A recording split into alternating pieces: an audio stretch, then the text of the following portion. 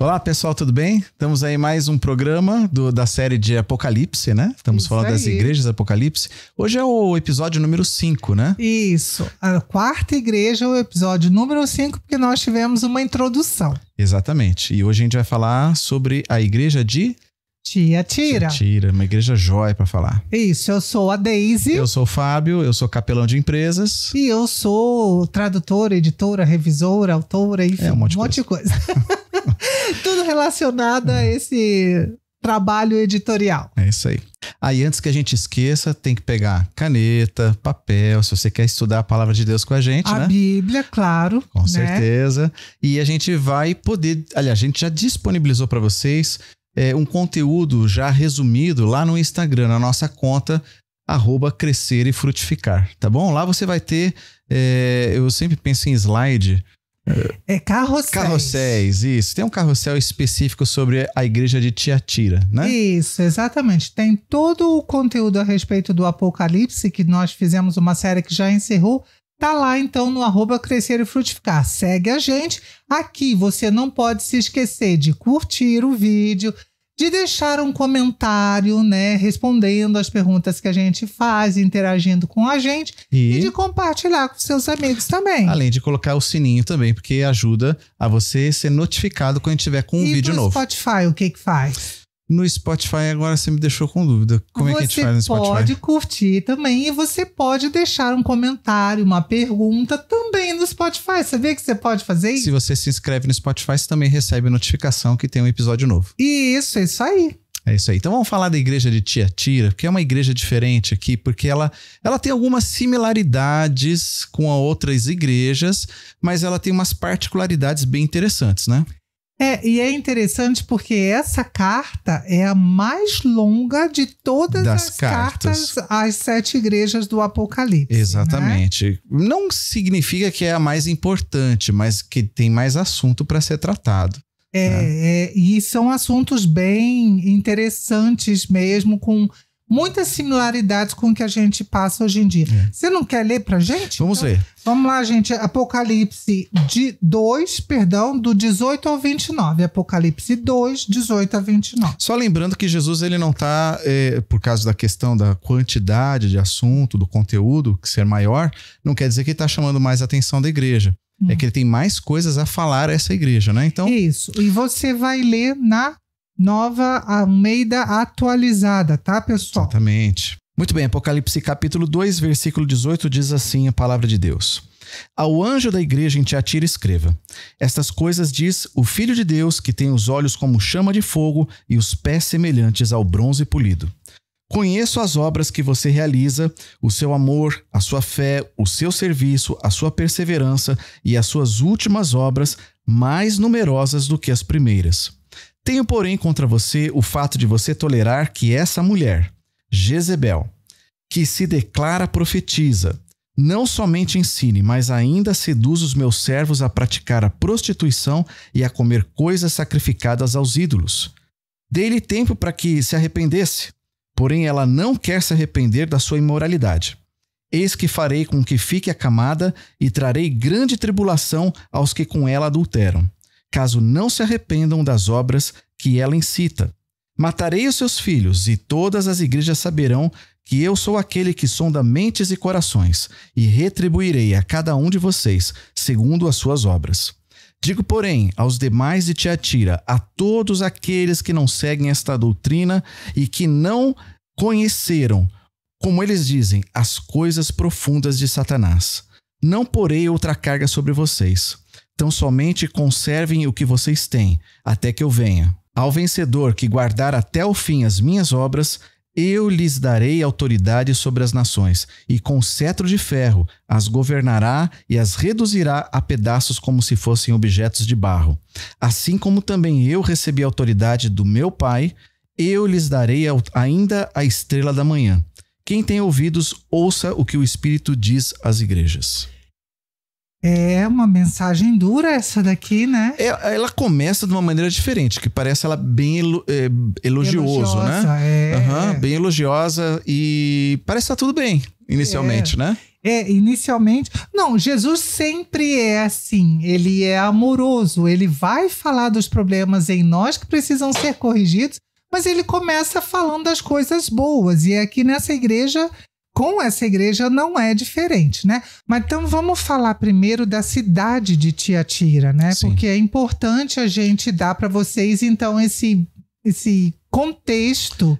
Como muitas profecias das igrejas têm a ver justamente as mensagens, elas mesclam com a cultura, mesclam com a história, mesclam com o dia a dia, ou seja, tá falando às vezes de forma metafórica até, né?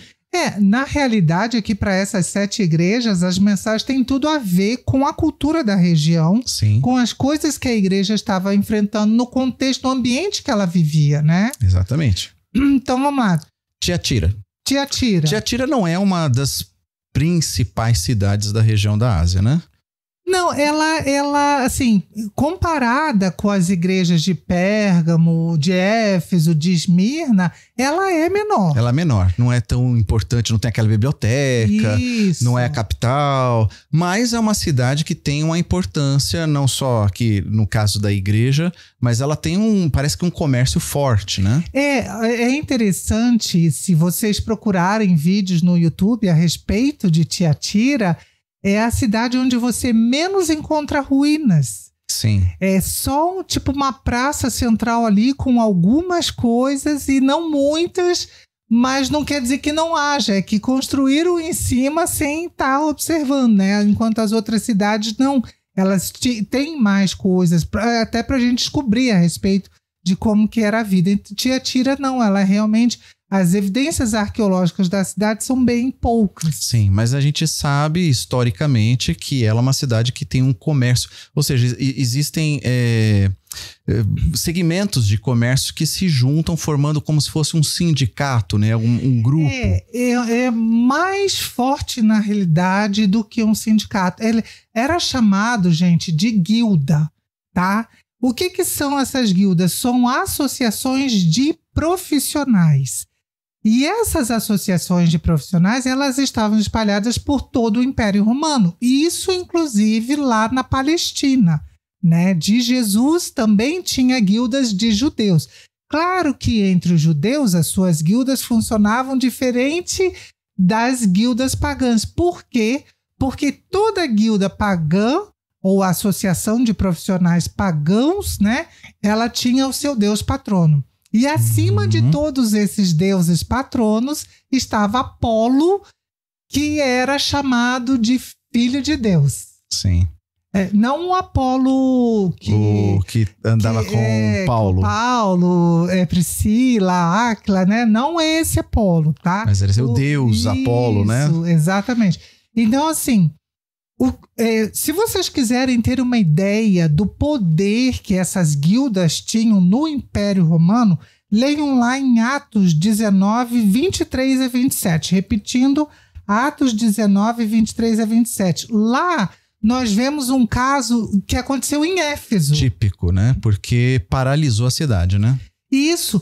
Era tão forte. Se vocês lerem bem atentamente, vocês vão ver que é um profissional artífice de deuses que chama todos os profissionais da mesma área dele e diz, esses cristãos aí, esse Paulo aí tá querendo acabar com o nosso negócio. Vão quebrar o negócio, né? Porque eles estão fazendo as pessoas abandonarem as crenças que nós utilizamos, quer dizer, a gente faz as esculturas se beneficiando disso. Materialmente disso. Exatamente. Agora ele deu uma de esperto, ele apelou para isso e apelou para a religiosidade. Além disso, a grande Diana vai deixar de ser honrada por causa desses cristãos aí. Então, essas guildas, gente, elas tinham poder de influência nas cidades e com o governo das cidades de mobilizar. Vejam, eles mobilizaram a cidade de Éfeso, que ficou durante 2 horas gritando ininterruptamente. Grande é a Diana dos Efésios, grande é a Diana dos Ou Efésios, Ártemis, né? independentemente de como tá aí na outra tua forma. igreja. É a mesma deusa, tá? Exatamente. Então, assim,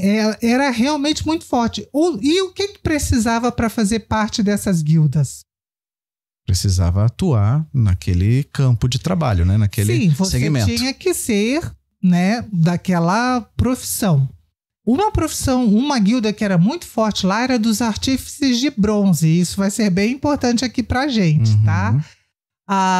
E também tinha, por exemplo, a dos tintureiros. E tem uma famosa aí. Sim, que foi inclusive uma grande companheira de ministério do apóstolo Paulo.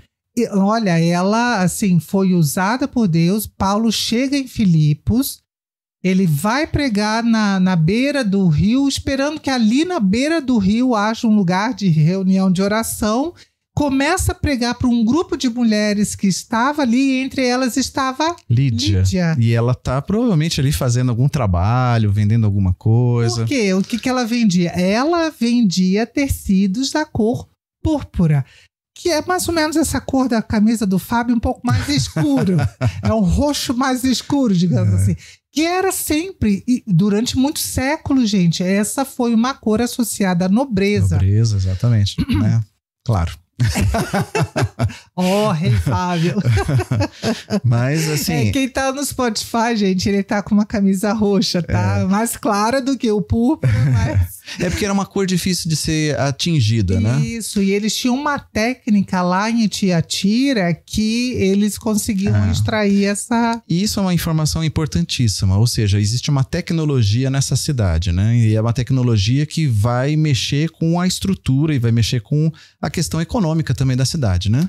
Sobre Lídia, se vocês quiserem ler, tá em Atos 16, 13 e 14. Atos 16, versículos 13 e 14.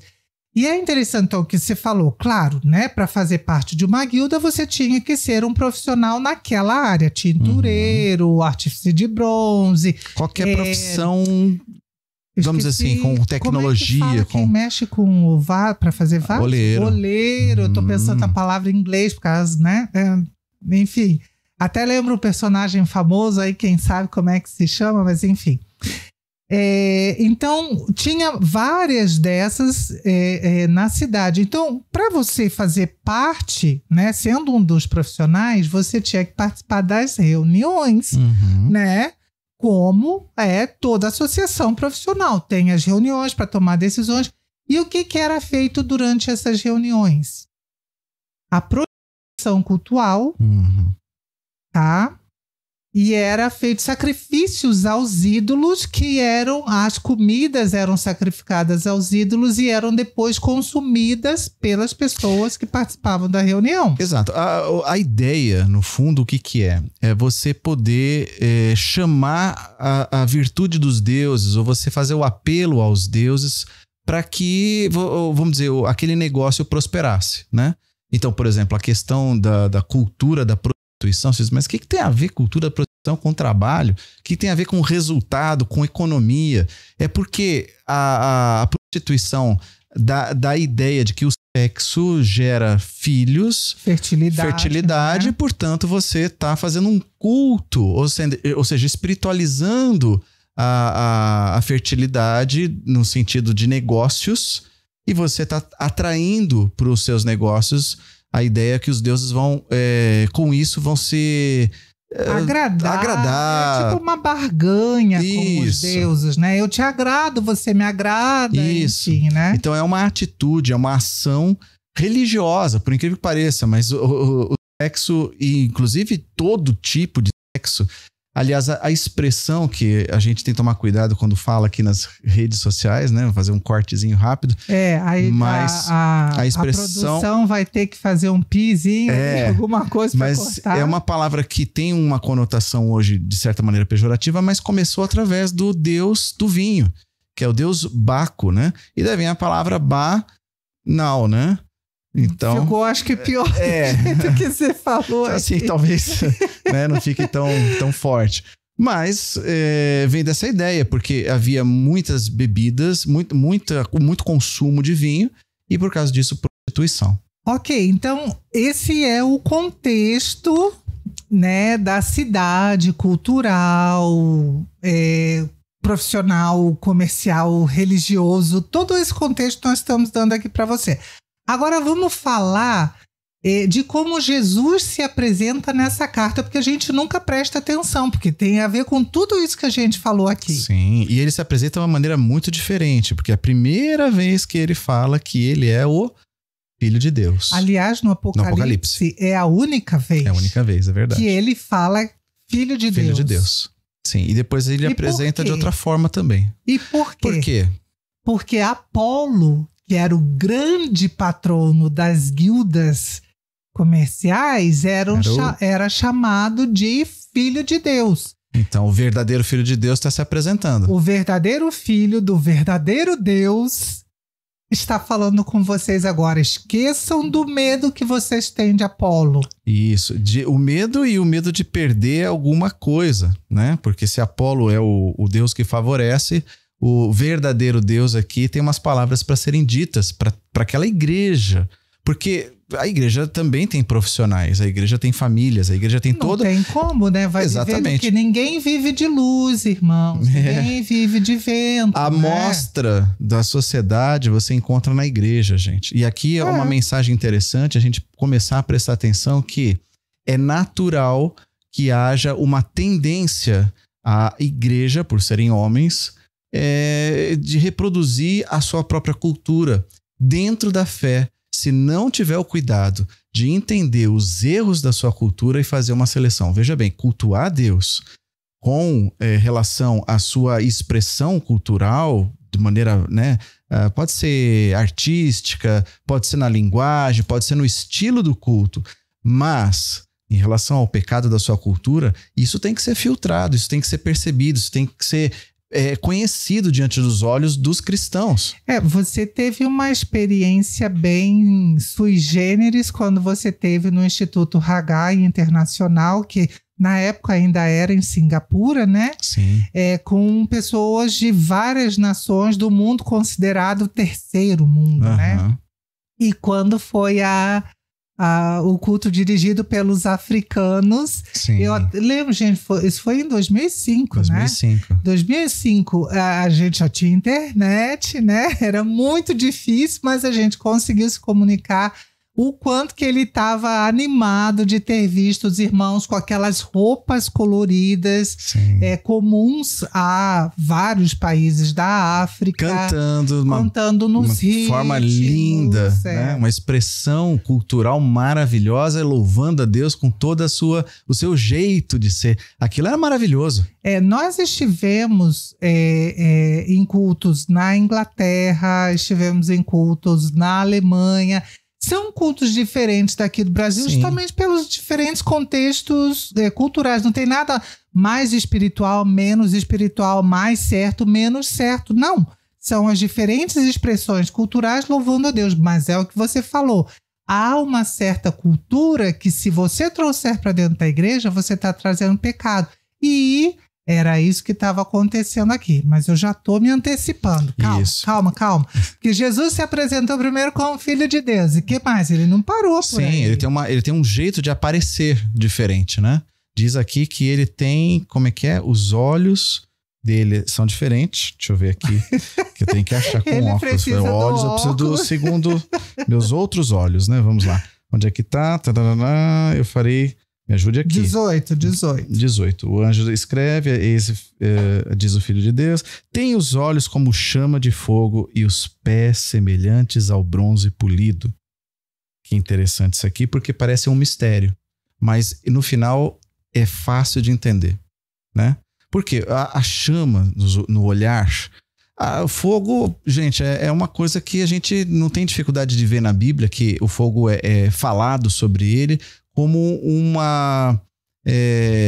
ele pode ser tanto um elemento, uma forma de juízo de Deus, como, por exemplo, Sodoma e Gomorra. Exato. Como pode ser um agente purificador de Deus. Ele é um elemento que ele purifica, que ele depura, Mesmo quando há o juízo, por exemplo, de Sodoma e Gomorra, que cai fogo do céu, é para purificar aquela região do pecado que a região estava sofrendo. Para quem mexe com metais, por exemplo, né, metais nobres ou qualquer, desde de bronze, prata, ouro e até outros metais, sabe muito bem que a maneira de você extrair ele da natureza é com fogo. Não existe outra maneira, você tem que aquecer o metal. E até para moldar, você precisa, né? A gente já viu, né? Nunca pessoalmente, eu pelo menos nunca vi pessoalmente, mas aqueles filmes onde tem os ferreiros fazendo as espadas, então você tem que aquecer. E aí aquecendo, martela, enfim. Ou seja, o fogo... Todo metal é assim. Isso, o fogo ele vai dar, na temperatura certa, ele vai colaborar para que aquilo seja transformado. Né? Então esse olhar, aí que tá a questão, porque o fogo está nos olhos, os olhos como, diz aqui, né? Os olhos como chama de fogo, né? Da mesma maneira que quando Moisés viu a sarça ardendo, era a presença de Deus. Quando houve o dia do Pentecostes, que o Espírito Santo desceu e pousou sobre os discípulos como um formato, exatamente como na sarça ardente, eles estavam lá como uma labareda de fogo, eles estavam pegando fogo. Que não se consumia. Ou seja, coisa linda, essa é a presença de Deus na vida do cristão. A presença do Espírito. Que é uma presença transformadora. E aqui o que está acontecendo? Jesus está com esse olhar. Esse olhar de alguém que quer ver as coisas transformadas, mas que também não quer dizer que não tem a ver um pouco com juízo, né? E ele está falando as duas coisas para essa igreja, né? Então esse olhar de juízo e purificador, e também essa questão dos pés de bronze polido, né? Para uma cidade que tinha uma guilda tão forte de pessoas que trabalhavam com bronze, é bastante significativo que ele diga: os meus pés são de bronze polido. Né? Ele está tratando justamente com a região. E para quem não sabe, né, o bronze polido, ele tem uma característica muito importante naquela época. Porque a melhor forma de você espelhar alguma coisa naquele período era através do bronze polido. Era a melhor forma de você ver alguma coisa por espelho, por reflexo. Não existia esses espelhos de vidro, eles foram inventados bem mais cristal, tarde. Né? Nada disso. Bem mais tarde. Nessa época, os espelhos eram de bronze polido mesmo. Exatamente. Né? E espelho quer dizer da melhor qualidade. Né? Então, quando você pensa assim, olhos como de fogo e pé semelhante ao bronze polido, é interessante lembrar que João, o apóstolo, mais de uma vez ele cai aos pés de Jesus, né? E quem cai aos pés de Jesus, aqui vou aproveitar aqui que eu ouvi a mensagem do pastor Felipe Bartoszewski, ou Bartô, como a gente chama, né? Felipe Bartoszewski, ou Felipe, desculpa, né? Até difícil falar esse nome. A gente engancha. Ele é um dos pastores na família dos que creem aqui de Curitiba, que por coincidência é a igreja que a gente frequenta. Nós estamos, exatamente. Não é coincidência, não. Quando ele estava pregando nessa igreja, ele trouxe justamente, falando de Tiatira, ele está pregando na família dos que creem, ele falou justamente sobre essa questão de você, quando se prostra e você vê os pés polidos, você está se olhando no espelho. Quando você se humilha, você vê a tua real condição. É como se Jesus desse para você um reflexo. Olha quem você é. Olha a tua condição. Linda, né? E é maravilhoso, porque se existe uma forma de ser transformado, não pode ser sem antes você primeiro reconhecer quem você é. Senão você não vai pedir, você não vai clamar, você não vai buscar essa transformação. Primeiro você tem que haver um reconhecimento. Jesus falou isso mais de uma vez. Eu não vim para os sãos, eu vim para os doentes. Quer dizer, não quer dizer que ele estava falando isso de forma metafórica para aquela turma que estava ouvindo, hipócrita. Quer dizer, vocês se acham saudáveis, mas na verdade aquele que reconhece que precisa de ajuda é para esses que eu vim. E é muito interessante como a gente se vê refletido nos pés de Cristo. Porque esse é o nosso lugar, irmãos. Esse é o nosso lugar. Tudo bem que Apocalipse também fala de tronos, de pessoas sentadas ao lado de Deus, mas é sempre numa posição inferior. Nunca é lado a lado. Lado com Deus está Cristo. Sim.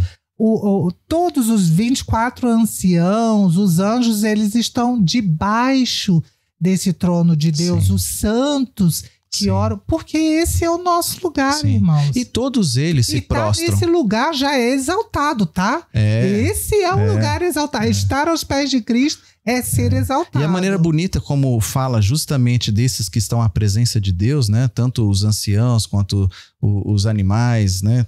Todos os anjos, eles se prostram, eles pegam a coroa e lançam aos pés de Cristo. Porque diante de Deus, nós somos todos dependentes, né? Então é o nosso lugar, como criança quando tá brincando perto do pai, e quando se abraça as pernas do pai, e quando ama, e como depende. Então tudo isso é uma expressão de rendição. E olha como aqui não é uma rendição de que eu fui vencido, mas é que eu me entreguei, né? Eu preciso do Senhor. E como que esse Jesus, então, agora se refere à igreja? E ele começa dessa forma, eu digo meiga, né? Talvez homens achem outra palavra para falar, porque meiga é uma coisa carinhoso.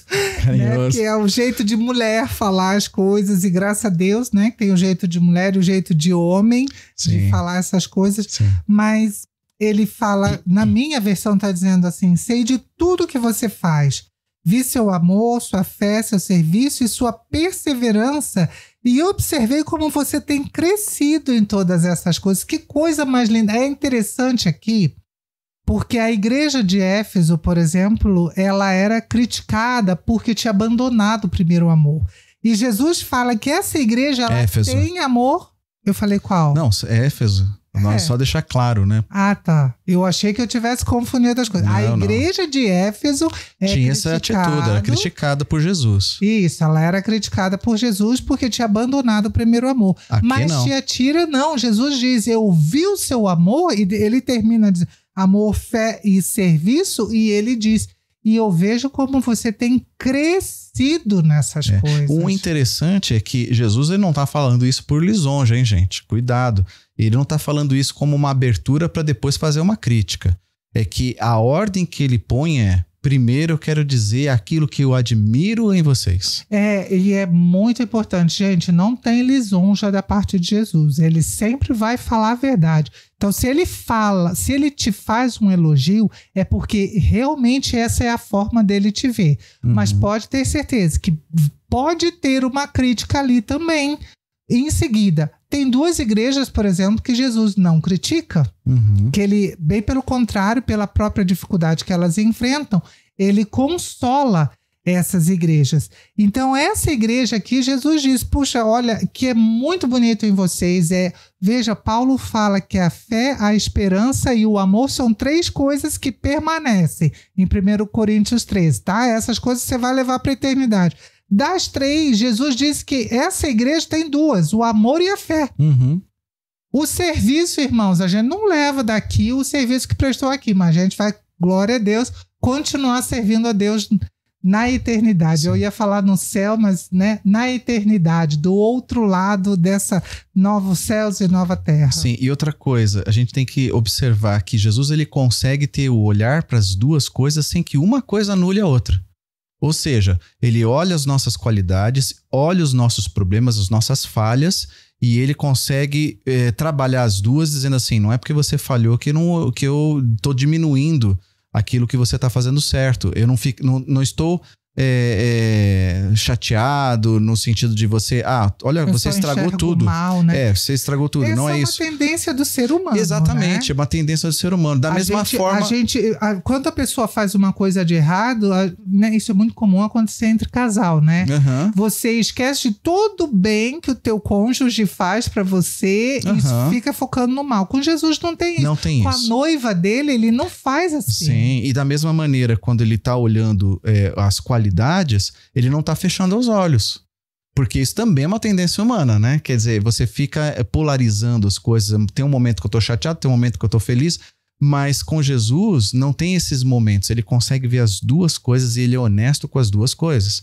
E aqui ele fala, inclusive, antes de encerrar e começar a falar dos problemas, ele diz que as últimas obras são mais numerosas do que as primeiras. A minha fala é como você tem crescido em todas essas coisas. É uma interpretação já, né? Dizendo assim, ó, tá cada vez melhor. É uma igreja crescente na área espiritual, né? Que às vezes a gente se preocupa muito com o crescimento de igreja numérico e não percebe se ela está crescendo em qualidade espiritual. Agora veja, mesmo essa igreja com todas essas excelentes qualidades, e mais tarde Jesus vai se referir de novo a eles de uma forma elogiosa, ele diz, olha, na minha fala assim, eu contudo tenho contra você uma queixa. Contra você o fato de você tolerar. Isso é uma palavra muito interessante, porque é uma palavra até muito desgastada ultimamente. E hoje em dia a gente é obrigado a tolerar até o que deveria ser intolerável. Tá? Aliás, é uma forçação da sociedade, não é nem só com relação à igreja. Por exemplo, tolerar crimes. Sim. Como assim, gente? O que é errado é errado. Nós estamos começando a relativizar as coisas. E essa igreja estava fazendo isso. Sim, e essa expressão de tolerância e intolerância, como eu falei, está tão desgastada porque hoje o fato de você só não concordar já é colocada como intolerância. E olha, ao contrário, quem confunde as coisas e não entende o que é tolerar ou não tolerar, o tolerar quer dizer assim, eu posso não concordar, mas não vou fazer nada, não vou abrir minha boca, eu tô aguentando essa situação. E Jesus está chamando a atenção para uma coisa que está, vamos dizer assim, passando, não está passando batido, ela está sendo vista, mas não está sendo feito nada. Então a sociedade hoje tem que tomar um pouco mais de cuidado, porque essa expressão ela foi tão mal usada que para tudo hoje intolerância, intolerância, intolerância. Ao contrário, a sociedade tem tolerado muitas coisas que deveria ser intolerante, né? Coisas que são realmente erradas. Isso. E a igreja embora sendo acusados de intolerantes, muitas vezes são tolerantes e, na verdade, não deveriam ser tolerantes mesmo. Irmãos, só um parêntesezinho aqui. Muitas vezes vocês podem estar pensando que nós estamos falando a respeito de um determinado pecado na área sexual, que as pessoas gostam muito de pôr ênfase. E realmente esse pecado é pecado e continua sendo pecado. Mas até o adultério, o sexo antes do casamento, tem sido tolerado dentro da igreja. E são pecados na mesma área. Sim. O que a gente deve tolerar, digamos assim, não é que essa pessoa, vamos dizer assim, faça parte do ambiente onde eu frequento. Isso a gente tolera, não há problema nenhum de você estar no mesmo ambiente com uma pessoa que pratica pecado, porque, vamos lá, né? A sociedade é pecadora, né? Nós somos pecadores, não somos melhores, nós estamos em processo de mudança, porque Jesus está mudando a nossa mente, está mudando as nossas emoções à medida que a gente caminha com Ele. Então nós estamos aprendendo com Ele a modificar nosso jeito de ser. Então eu posso até conviver numa vizinhança que tenha seus maus hábitos e seus pecados. Agora, o que eu não posso é tolerar que isso seja uma coisa normal entre cristãos. Exatamente. É um perigo muito grande, né? Principalmente de assumir que essas coisas podem acontecer e tá tudo bem. Tá tudo certo, não tem problema ser cristão e agir dessa forma.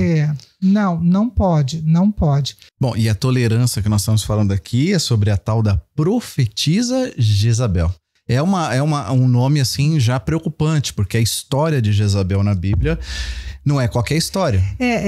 E assim, da mesma forma como Deus falou lá da doutrina de Balaão para Pérgamo, aqui ele está falando de Jezabel. Gente, há muita conexão entre o Antigo Testamento e o Apocalipse, tá? É importante que vocês entendam isso. Agora, então aqui o nome da mulher muito provavelmente não é Jezabel. Quando Deus menciona, da mesma forma como ele fez em Pérgamo, É para trazer à memória coisas que aconteceram lá no passado. Que está cravado na história de Israel. Ou seja, para saber que essa atitude tem a ver com aquele personagem, com aquela pessoa. E se você quiser saber, a história de Jezabel está anotada lá... Está lá em 1 Reis, capítulo 16, do 29 até o capítulo 21, e depois 2 Reis 9, 30 a 37, que ali vai contar como ela morreu. Gente...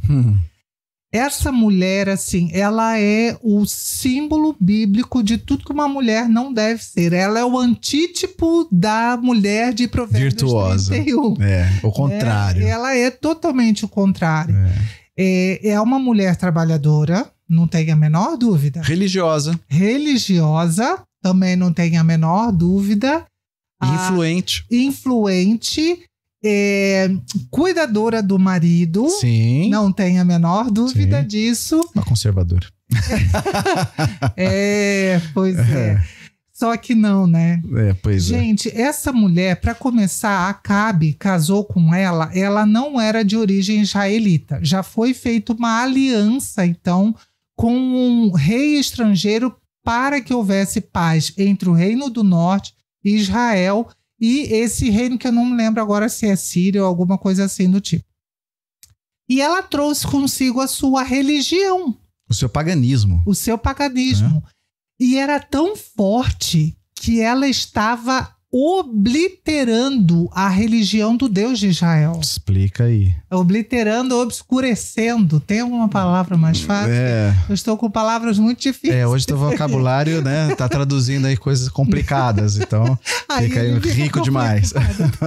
Então, vamos lá. Então, quer dizer, tá muito obscuro, né? Ela tá obscurecendo, isso. Né, a religião de Israel. Veja, é bem nessa época, inclusive, que Deus tem um grande profeta atuando, que é Elias e Eliseu, porque na época que ela morre já é Eliseu, né? Então, 2 grandes profetas e 2 grandes profetas milagreiros ainda. Bom, mas precisa ter esse tipo de profeta, porque inclusive ela tinha uma equipe de profetas dela. E era uma equipe grande. Ou seja, ela trouxe junto pro casamento e pro reinado, porque ela tá assumindo o papel de rainha, então ela tá assumindo, vamos dizer assim, conjunto com o marido, o poder do Reino do Norte. E é engraçado, gente, porque em Israel, a rainha não era nunca a esposa do rei, era a mãe do rei. Agora, veja a posição que essa mulher se põe. Ela se põe como rainha, né?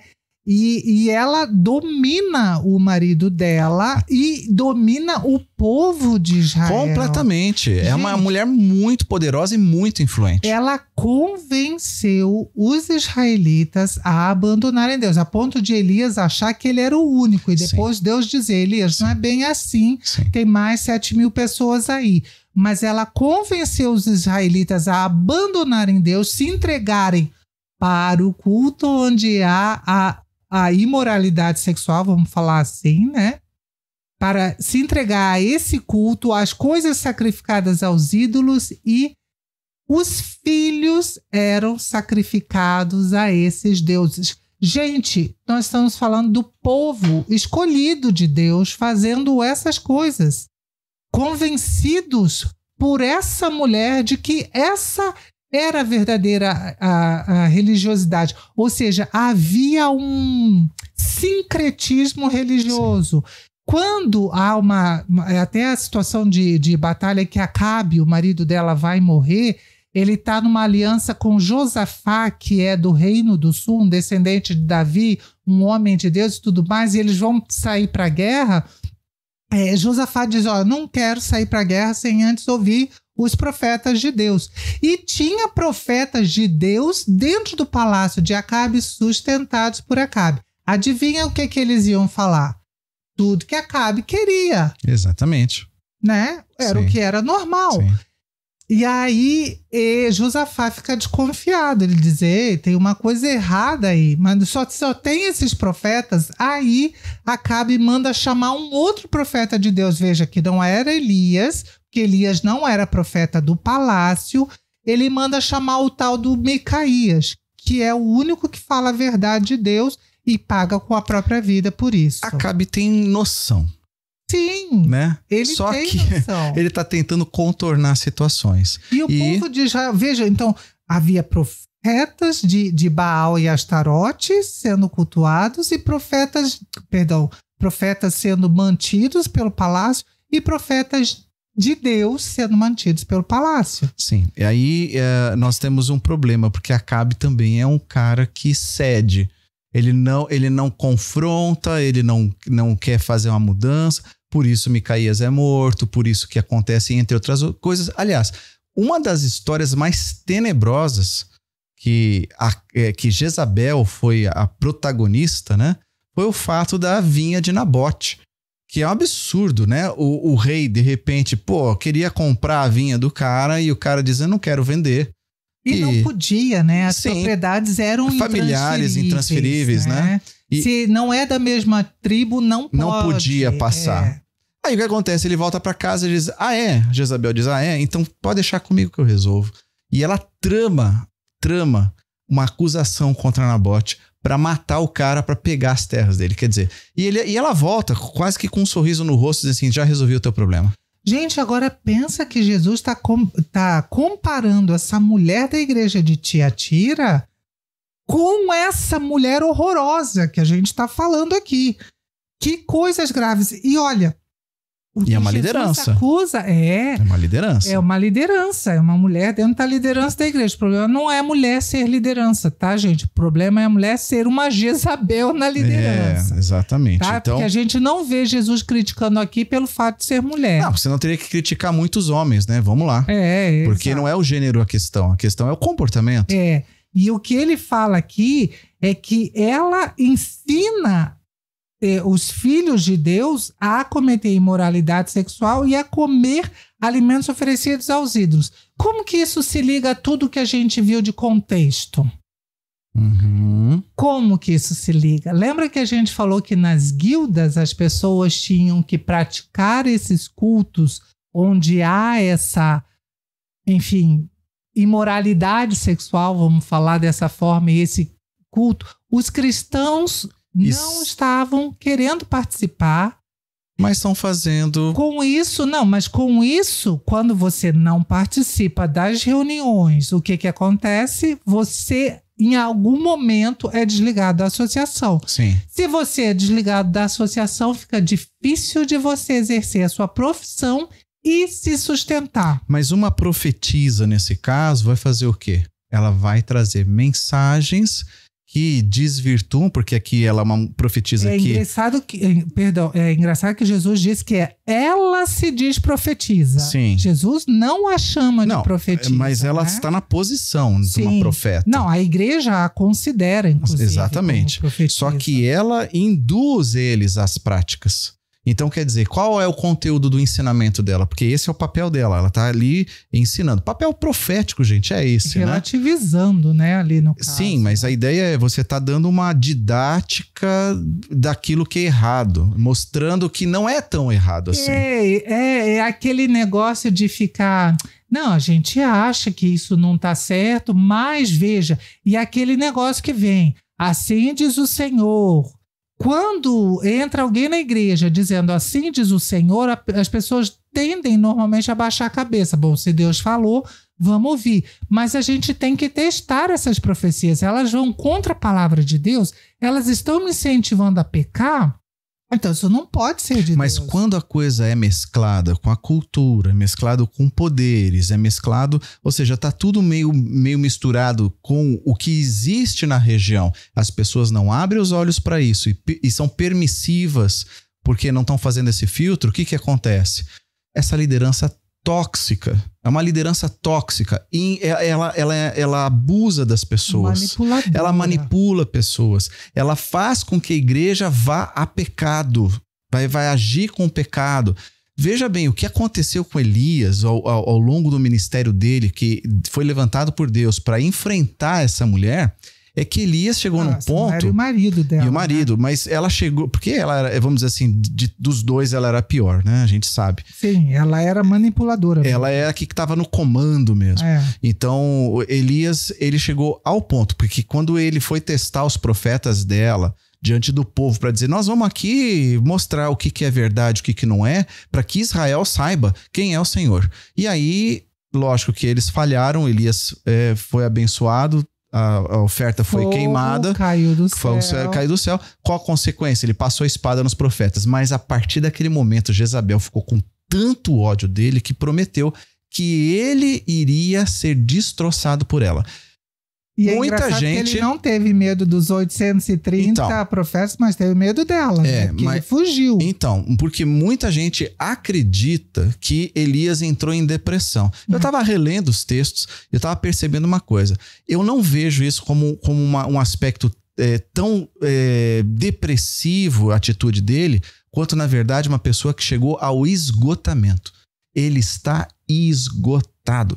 Por isso que ele tem essa percepção, eu tô lutando sozinho. Exatamente, é a ideia do soldado que cansou de lutar. Por isso ele pede a morte. Eu não consigo nem mais manter o meu braço levantado aqui com a minha espada. Exato. Ele é criticado por muita gente, por muito líder, dizendo assim, ele entrou na caverna, ele tá em depressão. Não, ele foi 40 dias de caminhada, ele teve um anjo trazendo comida para ele, né? E dizendo, você tem uma boa jornada. E quando chega lá, ele está no Sinai. Ele está onde Deus mandou a lei para o seu povo. Mas aí ele entra na caverna porque ele precisa descansar.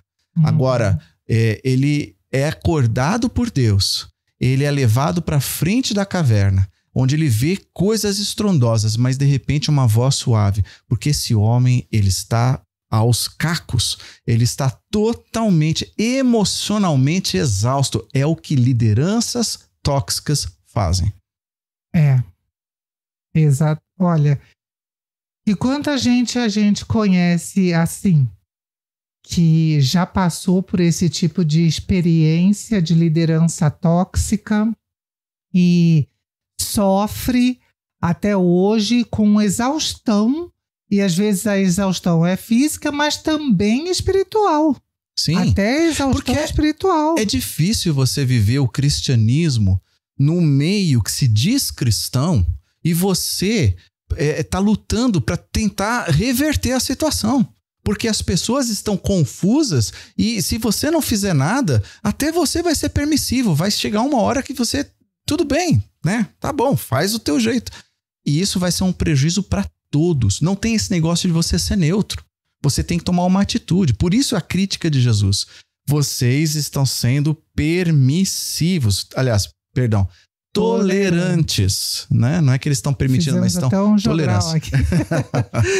Mas olha que Jesus ainda se refere a essa mulher com amor. Porque ele diz, eu dei tempo para ela se arrepender. Mas ela se recusa. Ela devia estar ganhando alguma coisa com isso também. Sim. Porque ela não ia deixar... Olha, se Jesus deu tempo para ela se arrepender, é porque ela já tinha ouvido alguma coisa. Sim. Alguém já tinha, de alguma forma, confrontado essa mulher. Como profeta. Como um profeta de verdade, de Deus. E Jesus deu tempo para ela se arrepender, mas ela se recusou. E aí vem uma palavra de juízo bem forte. Pesada. A minha diz, eu vou deixar essa mulher doente na cama e vou... E aqueles que cometem adultério com ela sofrerão terrivelmente, a menos que se arrependam e abandonem a prática de tais atos. Aí fala, matarei seus filhos, que pode ser filhos ou seguidores, tá? Sim. A palavra grega aqui pode ser filhos ou seguidores. Então, todas as igrejas saberão que eu sou aquele que sonda a mente e coração. Ou seja, Jesus disse, se essa mulher não se arrepender e ela continua se recusando a se arrepender, todas essas coisas ruins vão vir contra ela e aqueles que seguem fazendo as mesmas coisas que ela vão sofrer. Vão pagar. Mas para quê? Para que todas as igrejas saibam e temam exatamente a Deus. Da mesma forma como foi, por exemplo, com Ananias e Safira, gente. Puxa, a gente pensa, puxa, como Deus foi duro, um juízo rápido, né? Veio na hora ali, eles mentiram a respeito da oferta, o juízo veio na hora. E o que gerou em toda a igreja? A passagem continua, gerou temor. É isso que Deus quer, olha, tema, porque, gente, nós estamos servindo um Deus santo, que pode parecer que o tempo que ele está dando para alguma pessoa se arrepender, ele está fazendo vista grossa para o pecado dela. Não. É misericórdia. Exato. É misericórdia. A produção está aqui marcando tempo, por isso que a gente está olhando aqui os dois, né? Então saibam disso, tá? Quando Deus dá tempo, a ideia é a questão da misericórdia, mas o juízo vem. Sim. Gente, eu não vou mencionar nome, apesar de ser uma pessoa mundialmente famosa, mas havia um importante apologeta cristão que eu vi vários vídeos dele. Eu realmente não vou mencionar o nome, tá, queridos? Ele eu não sei se era indiano, o nome dele pelo menos é. Enfim, quem conhece já sabe do que eu tô falando. Mas esse homem teve uma influência muito grande na apologética cristã e tudo mais, e quando ele morreu, nós soubemos dos abusos que essa pessoa estava cometendo. Ou seja, eu imagino que Deus deu tempo para essa pessoa se arrepender. Sim. Nos bastidores, vamos esperar que antes de ter partido ainda alguma coisa tenha acontecido. Mas não tem como garantir. Nos bastidores é que a gente não sabe. A gente tem que tomar muito cuidado quando a gente elege uma pessoa como perfeita. Porque não existe isso. Todo mundo tem sua luta contra o seu pecado. A gente tem que se entristecer pelas nossas falhas, como diz o apóstolo Paulo. A gente tem que olhar para as nossas falhas. Agora veja, ele ainda morreu de uma forma honrada pela igreja. A igreja honrou. De repente, Deus falou, não, eu não vou permitir que esse nome continue sendo honrado pelas coisas que ele fez. Agora, veja, não quer dizer que a gente não deve honrar líderes amados que foram grandes homens de Deus. Glória a Deus. Nesse caso eles foram permissivos, vamos lá, tolerantes. Agora, glória a Deus, nós temos aqui no Brasil, por exemplo, embora não era de origem brasileira, mas foi um líder importante na igreja brasileira, Russell Shedd morreu um homem honrado de Deus. Billy Graham, John Stott, Timothy Keller, enfim. Glória a Deus por esses homens e a gente realmente deve agradecer por eles. Mas nunca elevar uma pessoa a uma posição de que ela tem um domínio completo sobre a tua forma de pensar o cristianismo. Nem nós, tá, irmãos? Exatamente. Nem nós. Exatamente. Agora, o texto diz que Jesus ele muda agora o tom, né? Porque ele diz, porém... Quer dizer, ele está fazendo uma vírgula aqui, né? Existe o outro grupo. E que tem a ver com o que ele falou antes, né? Porque ele dá respaldo, já que ele é o Filho de Deus. Ele não é Apolo, mas ele é o verdadeiro. Ele não é Apolo, mas ele é o. Ou seja, ele está respaldando aquele grupo que não está seguindo Jezabel, que não está se contaminando com essa cultura local, mas que ele está dizendo assim, eu é que abençoo vocês. E é um grupo que ele diz que não se contaminou. Aí Jesus ainda nomeia como que esses seguidores dessa Jezabel diziam que ele era as verdades profundas de Satanás. Ou seja, sei lá, eu acho que era algum tipo de... nós conhecemos a batalha espiritual, a gente conhece tudo. Aí a gente sabe até onde ir para não é pecado. Deixa eu contar uma história para vocês, gente. Eu no seminário, isso lá no começo dos anos 90, porque eu me formei em 93 no seminário, uma vez a gente tendo uma aula com o reitor do seminário, e ele estava falando a respeito dessa questão de pecado. Aí um dia eu virei para ele e falei assim, pastor, às vezes a linha que separa o que é pecado do que não é pecado, ela é tão tênue, tão fininha, que às vezes a gente fica até em dúvida, né? De, será que isso é pecado? Será que aquilo é pecado? Aí ele virou para mim e falou, e deu um conselho muito sábio para uma menina, porque era o que eu era, eu tinha uns 22 anos na época. Ele virou para mim, você não precisa saber qual é a linha que separa o que é pecado do que não é, para ficar longe dela. Ou seja, você não precisa saber onde está o precipício para chegar perto e olhar e correr risco de cair. Fica longe do precipício. É um pouco radical? É um pouco radical. Mas é melhor pecar pelo excesso, não farisaísmo, tá, irmãos? Não é disso que a gente está falando, mas é melhor pecar digamos, se exceder, né, no cuidado, se mantendo longe daquilo que, principalmente para você, é um ponto escorregadio. Perigoso. Né? Não vai atrás de as doutrinas profundas, aqui tem um mistério, ali tem um outro mistério. Gente, como o povo corre atrás de mistério, sendo que a palavra de Deus é tão revelada, clara, é tão boa. E quando Paulo luz. fala o mistério do evangelho que estava escondido há século, ele complementa, mas foi revelado em Cristo. O pessoal esquece de ler essa segunda parte. Eles só ficam na parte misteriosa. Isso é mistério, irmão. Querido, justamente a bênção o mistério não é mais. Agora a gente já sabe. Mais mistério. O mistério foi revelado. Exatamente. Sabe a obra de Cristo. Quer ver outro versículo totalmente fora de contexto? O pessoal cita: nem olhos viram, nem ouvidos ouviram o que Deus tem preparado para aqueles que o amam. Aí Paulo continua: mas Deus nos revelou em Cristo Jesus. Irmão, não tá falando de céu, tá falando da vida com Deus aqui e na eternidade. Já tá revelado, irmão. Exatamente. Agora teus olhos viram, teus ouvidos ouviram. É claro que a gente não vai agora tentar adivinhar o que vai ser a eternidade no novo céu e nova terra.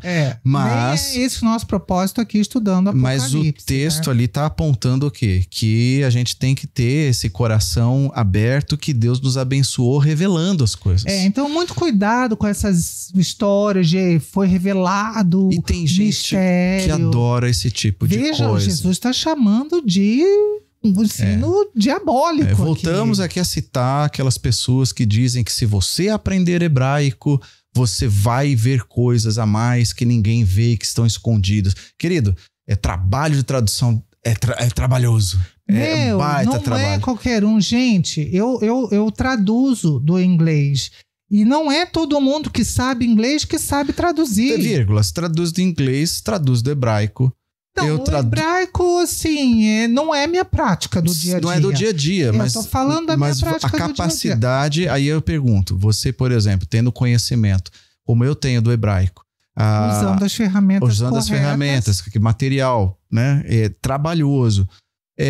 A gente tem descoberto grandes segredos? Não, grandes não. A gente percebe riquezas em algumas palavras. Exatamente essa mas expressão. Mas não tem segredo nenhum, riqueza, você na verdade está melhorando algo que você já conhece, que está revelado. Não tem nada oculto aqui que a gente... Uau! Agora porque eu aprendi o hebraico, agora eu estou descobrindo coisas ocultas.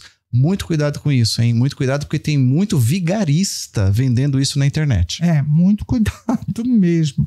Mas, enfim, Jesus termina dizendo para essas pessoas que não se contaminaram, que não foram atrás desses ensinos profundos que são de Satanás, né? Ele diz: eu não vou pedir mais nada para vocês, a não ser que vocês mantenham o que vocês têm. O que eles tinham? O amor, a fé e o serviço crescente. Jesus falou: vocês têm isso de bom. Eu não vou pedir mais nada. Eu só vou pedir que vocês mantenham isso.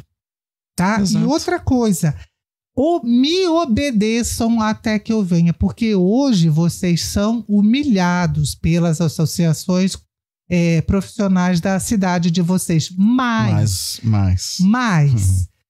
se vocês forem fiéis, eu vou colocar vocês em posição de autoridade. Exatamente. A autoridade que é minha, eu vou compartilhar com vocês. Olha que bênção. E não é só uma autoridade sobre Tiatira. É sobre as nações. E é lá sob os pés de bronze polido. Exatamente. Porque nunca é sentado do lado do trono de Deus. É sempre ali embaixo. Que bênção isso. Irmão, seja fiel, para de correr atrás de mistério. Fica atento aos falsos mestres que estão se multiplicando. Olha, já tinha na igreja primitiva e a gente acha que lá era tudo perfeito, né? Mundo perfeito. Nunca é. A gente sempre acha que o passado é melhor. Que nem eu. Né? Nós éramos adolescentes nos anos 80. Lá que era bom. Não, querido. Lá tinha um monte de problema. Essa nostalgia aí não funciona. E eu vi esses tempos atrás, eu revi esses tempos atrás aí um filme que eu amava na minha adolescência. Coitado, eu não tinha noção das coisas erradas que aquele filme estava ensinando. Estava ensinando. Não é De Volta para o Futuro. Só falando, que esse eu continuo amando. Tá, mas era um outro filme romântico para adolescentes. Hoje eu assisti, eu fiquei constrangida. Pesadinho. E com 14 anos eu não percebia. Não sabia, toda né? aquela malícia. Graças Exatamente. a Deus por isso. Exatamente. Né? E aí, para terminar, ele fala uma coisa que aí eu gostaria que você pudesse me ajudar aqui, que diz assim: eu vou dar para vocês a estrela da manhã. Então, quem é a estrela da manhã? Quem é a estrela da manhã? É Jesus. Ele é nosso melhor presente. Né? Eu vou dar de mim para vocês. Ah, gente. Não tem coisa melhor do que você pensar que vai estar a eternidade vendo Deus face a face, em carne e osso. Aliás, para quem não acompanha nosso canal e está começando os estudos bíblicos e talvez nunca tenha ouvido falar disso, querido, a ressurreição da carne, ela é real, porque ele é o primogênito, ele é o primeiro que ressuscitou e foi elevado à presença de Deus, mas em carne e osso. Nosso Deus vai glorificado, ter glorificado, corpo glorificado. Mas ele vai ter corpo por toda a eternidade. Nós vamos abraçar e nós Jesus. Vamos ter. Olha, gente, então assim, sinta-se à vontade com o seu corpo, tá? Tirando os problemas de saúde, defeitos, né? E a todas as imperfeições. As imperfeições, todas desvio de septo, dente projetado, essas coisas não acredito que vai ter no céu, porque isso prejudica, não é só uma questão de aparência. Não é só estética. É desvio de coluna, essas coisas não. A gente vai ser corpo perfeito no céu. Mas você vai ter a cor que você tem, porque Deus ama a sua cor. Seja ela qual for, o cabelo que você tem, nem sei se vai ter tintura no céu. Porque tem mulher que não vai gostar muito, porque umas 30 dias já quer... Eu tô aqui hoje com as raízes brancas aparecendo, né? Não sei nem se vai ter tintura no céu, não sei se vai ter cabelo branco, porque lá é elogio o cabelo branco. Vai que de repente o cabelo vai ter luz, mais do que as luzes que se fazem, né? Mas irmão e irmãs, aprenda a amar a forma que Deus te deu. Sim. Porque é assim que você vai estar diante dele, tirando as imperfeições, tá? O pé chato não vai existir mais também. Mas a forma que Deus te deu, ele te ama desse jeito, aprenda a se amar. E nós vamos estar lá recebendo de Cristo o melhor presente, que é ele mesmo. E quem tem ouvidos para ouvir, ouça, né? Que isso é o final das mensagens para as igrejas. Você não é surdo. Então, por favor, preste atenção. Isso é tão importante para Jesus. Jesus está reafirmando. Preste atenção, porque eu quero que vocês sejam impactados com o que eu tenho para dizer e que eu possa transformar o coração de vocês. Essa mensagem que a gente tem hoje, à noite, estamos gravando à noite, né? Gravamos à noite. Mas que nós temos hoje para você e que seja uma bênção na tua vida. Como a gente já falou, o Apocalipse não é um livro de terror.